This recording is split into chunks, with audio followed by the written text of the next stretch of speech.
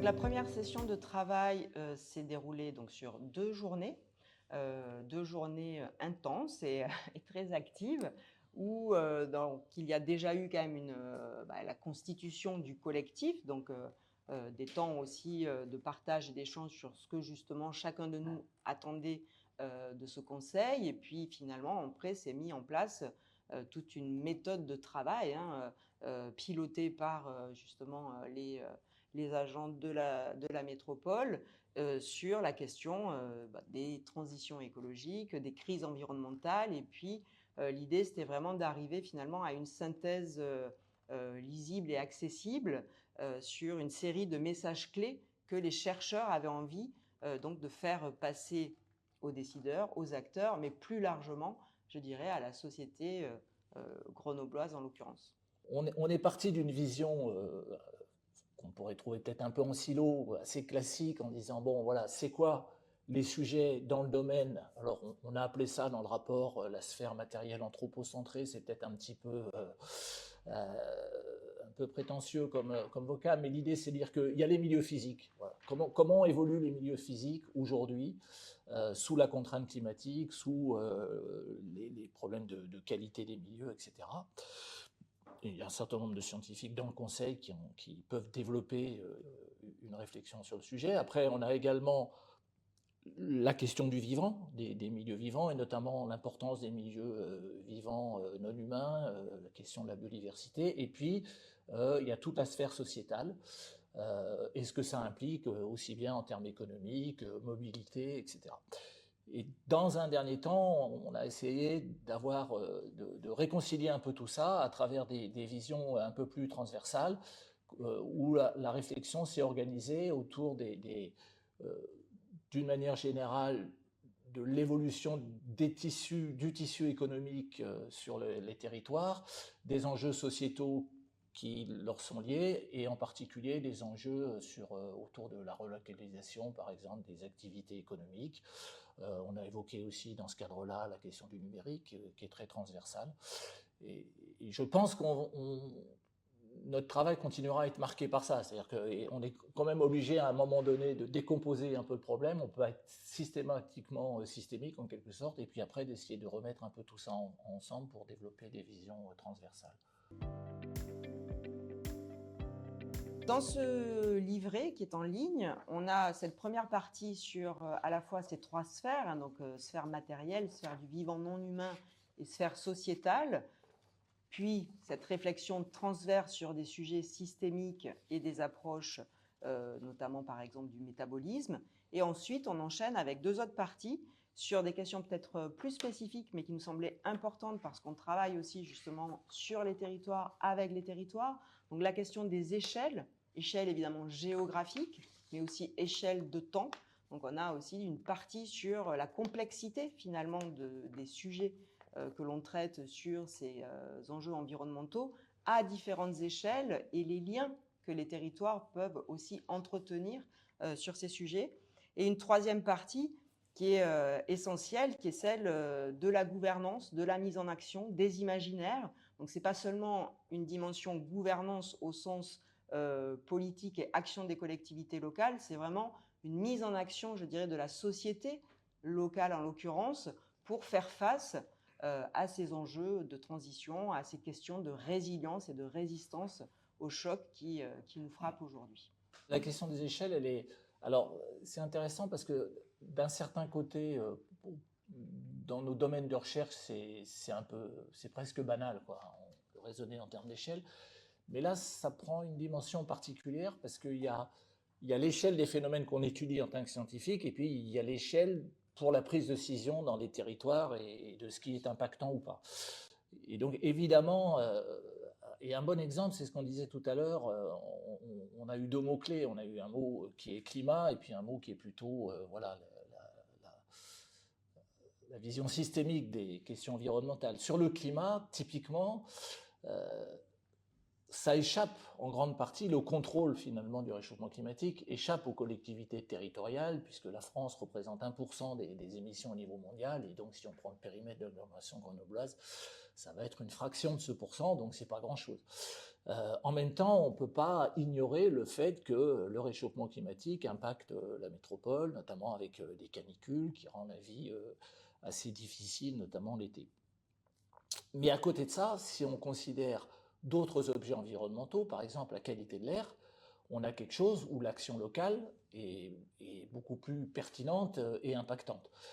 Et en même temps, il y a des synergies, qui sont parfois positives, parfois négatives, entre ces questions, par exemple, de qualité de l'air, de qualité environnementale et de climat. Il y a un certain nombre de mesures qui peuvent être positives à la fois pour la problématique climatique et pour la problématique de qualité de l'air. Donc on va le retrouver pour l'eau, on va le retrouver sur des objets de sciences sociales, comme par exemple les migrations. Les migrations, c'est quelque chose qui s'envisage depuis l'échelle très locale à des échelles internationales. Et on n'est jamais, aujourd'hui, tout est interconnecté. Donc c'est à la fois une espèce de défi intellectuel et une nécessité de penser les choses dans leur complexité, où il faut articuler les échelles, et puis pour une collectivité territoriale, essayer de comprendre à quelle échelle son action est la plus pertinente. Pour compléter sur ce sujet, je dirais qu'il y a en effet des champs, des compétences sur lesquelles l'échelle territoriale, locale, une collectivité locale, quelle qu'elle soit, a capacité à agir, peut en effet être finalement actrice d'un changement attendu. Mais je dirais que même sur des sujets sur lesquels finalement on sait que ce n'est pas à ces échelles-là que ça se joue, se mettre en action pour sortir de la sidération, c'est un élément clé finalement de la transition écologique. Et le local, c'est aussi un peu sa force. C'est une échelle à laquelle je pense que chacun, chacune peut se réapproprier ces sujets et peut se sentir finalement utile, en mouvement, pour sortir de l'angoisse et des peurs qui quand même peuvent, de façon très, très objective, nous frapper aujourd'hui. Et d'ailleurs, si on est un peu idéaliste, on pourrait penser qu'il y aurait une capacité à l'échelle d'un territoire, du type d'une métropole, de créer une forme d'ambiance et de dynamisme qui soit caractéristique de ce territoire. C'est-à-dire que il y a quand même une identification des habitants d'un territoire aux spécificités de ce territoire. Bon, à Grenoble, typiquement, il y a la montagne, bien évidemment, et qu'autour de ces objets emblématiques d'un territoire, on peut peut-être créer plus facilement des dynamiques qu'à l'échelle nationale, ou encore plus à des échelles supranationales. On a mis en évidence 4 points. Donc, un point, en effet, sur ces échelles. Alors, moi, je parlerai d'interterritorialité, c'est-à-dire sur l'importance aussi d'avoir une approche, non pas qu'à l'échelle de la métropole, mais à la fois en infra-métropolitain, c'est-à-dire les liens et puis finalement les complémentarités entre les communes de la métropole, mais aussi, évidemment, la métropole dans son environnement, dans sa géographie. Et on a insisté sur les approches par le métabolisme, c'est-à-dire qu'il nous semble important aujourd'hui d'avoir une forme d'intermédiation, de régulation des flux, y compris des flux physiques, donc des flux bien sûr humains, financiers, empreints dans notre sphère sociétale, mais aussi des flux matériels, et donc mettre en place une sorte de pilotage interterritorial pour essayer de gagner en compétences et en résilience à une échelle non pas d'une seule collectivité locale, ce qui nous paraît artificiel, mais à l'échelle vraiment d'un bassin, d'un espace de vie, d'un espace de ressources. Donc ça, c'est une des recommandations. Sur les autres recommandations, on a aussi insisté sur l'importance du coût de l'inaction. Il serait très intéressant de travailler cette question de la mesure du coût de l'inaction, c'est-à-dire que si aujourd'hui nous ne prenons pas les décisions nécessaires, quel est le coût pour la collectivité, quel est le coût pour la société locale demain. Donc c'est le genre d'approche qui se développe à des échelles nationales. Pour l'instant, il y a très peu de travaux sur ces sujets à des échelles locales, et on pense que ça serait une bonne piste de travail pour le conseil scientifique, pour la collectivité. Et on a 2 autres également sujets sur la table. Un peu en lien avec le coût de l'inaction, c'est le concept de maladaptation. Les décisions que l'on prend aujourd'hui peuvent s'avérer être finalement contre-productives demain, ou les décisions que l'on prend aujourd'hui sur un territoire peuvent avoir des effets négatifs sur d'autres territoires environnants. Donc, ces effets de maladaptation sont aussi à bien identifier et bien anticiper. Et enfin, un axe sur les communs. Agir sur les communs, donc ça c'est une notion qui a émergé, qui n'est pas nouvelle, mais qui émerge quand même dans la sphère publique. Donc agir sur ces communs pour savoir justement comment on gouverne des ressources qui aujourd'hui se raréfient, qui doivent être partagées de façon sobre et équitable. Oui, ça renvoie d'ailleurs à une question plus générale, qui est que les impacts finalement, aussi bien du réchauffement climatique en tant que tel que des autres aspects de la dégradation environnementale, finalement, c'est les plus défavorisés qui sont les plus touchés. Bon, ça, on le sait bien, quelque part, c'est presque devenu un petit peu un lieu commun de le dire, mais finalement, c'est assez peu traité sous cet angle-là par les politiques. Hein, quand on regarde, il y a assez peu de discours politiques qui sont construits autour de ça pour faire comprendre aux plus défavorisés, parce qu'on voit aujourd'hui un espèce de couplage entre un discours politique de repli sur soi et qui est articulé avec ce qu'on parle de l'écologie punitive, hein, au sens de dire, ben non, il ne faut pas que les gens soient contraints, il ne faut pas les empêcher de vivre, parce que c'est vrai que certaines des mesures qui peuvent être prises, elles sont très pénalisantes pour les plus défavorisés, mais en même temps, c'est parce qu'on ne les accompagne pas. Mais le sujet central, ça reste que si on laisse les choses suivre le cours actuel, c'est ces populations-là qui vont être les plus négativement impactées.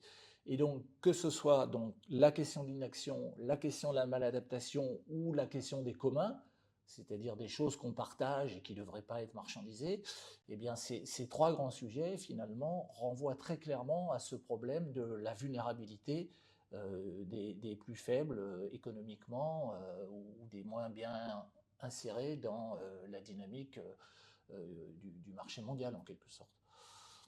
Et la question de la justice environnementale est l'un aussi des fils rouges du petit livret que l'on vous présente. Cette justice environnementale, elle est décisive pour mettre en œuvre des actions équitables, socialement et spatialement. Donc c'est vrai qu'il y a toute une dimension aussi territoriale dans ce rapport, parce qu'on a aussi des injustices et des fractures qui aujourd'hui s'accroissent sur ces enjeux de transition, d'environnement entre les territoires et entre les individus, les ménages. Et c'est très préoccupant, évidemment. Et en tant que chercheur, moi, je vis de façon assez plus qu'interrogative. Hein, je suis assez finalement brassée dans mes propres recherches par les backlash, comme on dit, actuels sur les questions écologiques.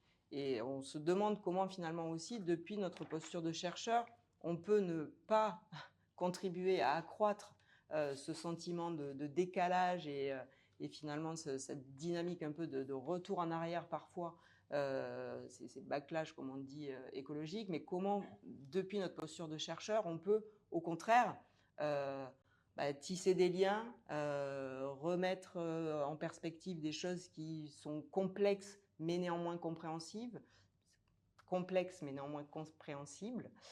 et donc notre mission dans ce conseil scientifique participe aussi de cette volonté finalement de reconnecter les mondes et puis d'essayer justement d'éviter ces retours en arrière, parce qu'on est face à des urgences multiples.